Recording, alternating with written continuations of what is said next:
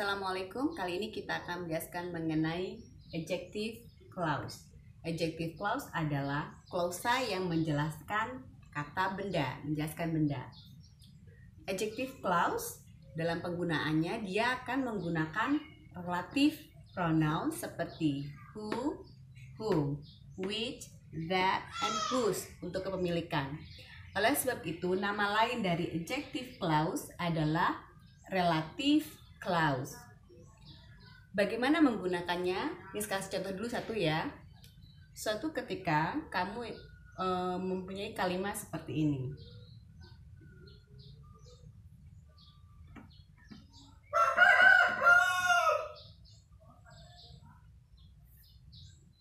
The man is my father.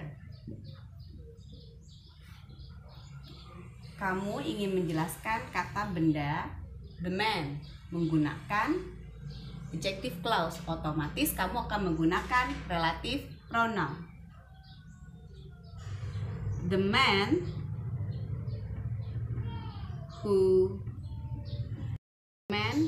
is standing at the door is my father.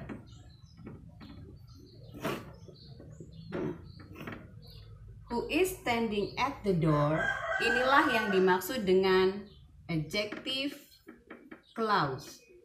Sebuah klausa dependent yang tergantung dengan kalimat intinya atau klausa intinya. The man is my father. Who is standing at the door adalah sebuah adjective clause yang menerangkan kata the man. Karena fungsi seperti yang bilang menjelaskan benda. Jadi who is standing itu memperjelas, modify, describing a noun. Who is standing at the door is my father. Laki-laki yang berdiri di dekat pintu itu adalah ayah saya. Adjective clause atau relative clause sebagai subjek. Sebagai subjek kita mengenal ada who, that, which. Who using for human, ya, is used for human atau orang. Who itu digunakan untuk manusia. That fleksibel, bisa untuk manusia, human, atau things, benda-benda atau hewan. Sedangkan which ini untuk yang things only, tidak untuk manusia. Satu lagi yang diperhatikan, jika menggunakan who sebagai subjek, itu pasti setelah who-nya langsung kata atau bertemu dengan verb. Contoh, Sam who live next to my door is Korean.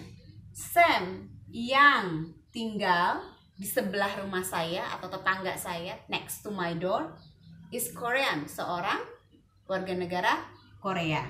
Itu penggunaan sebagai subjek cirinya. Sebagai objek. Sebagai objek. Take a look. Penggunaannya tidak who, sekali lagi whom untuk human, manusia. That untuk human and things, which untuk things saja. Dan perhatikan patternnya, kalau menggunakan objek ini sebagai objek, whom ketemu subjek lagi. Ingat, ada orang lagi di sini, baru verb. Contoh kalimat.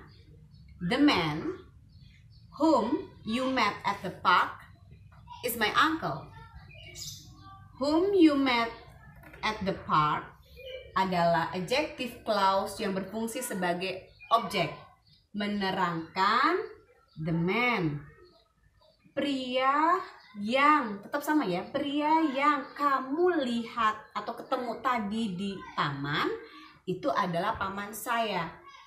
Setelah whom ada subjek lagi, ada orang lagi, baru kata kerja. Itu ciri dia fungsinya sebagai objek. Begitupun kalau kamu menggunakan that tetap sama, atau which juga sama.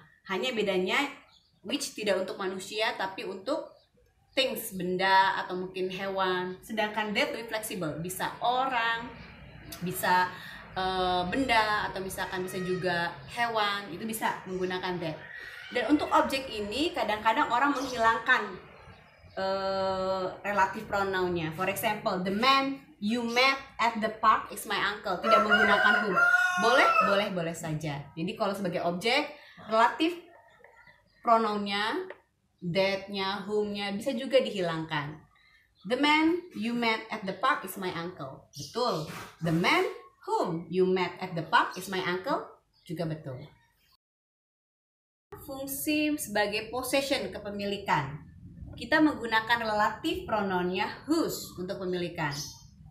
The woman whose car was stolen is still shocked.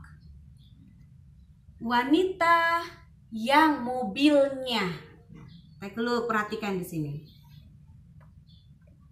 Setelah whose, dia langsung ketemu bendanya, noun. Whose car? The woman whose car was stolen is still shocked. Wanita yang mobilnya dicuri oleh seseorang itu masih shock atau masih terkejut gitu, masih tidak percaya. Ini fungsi sebagai possession, kepemilikan. Oke, itu saja. Jika ada pertanyaan silahkan nanti langsung ke Google Classroom atau WA Group.